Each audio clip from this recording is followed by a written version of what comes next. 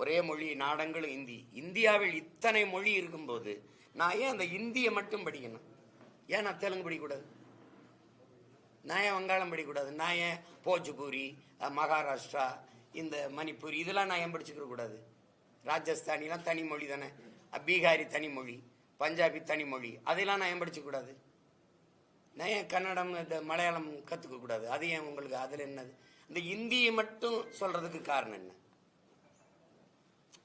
ஏன் உங்க மொழி எப்படி உங்களுக்கு உயர்வா இருக்கோ அது மாதிரி தானே எனக்கு என் மொழி.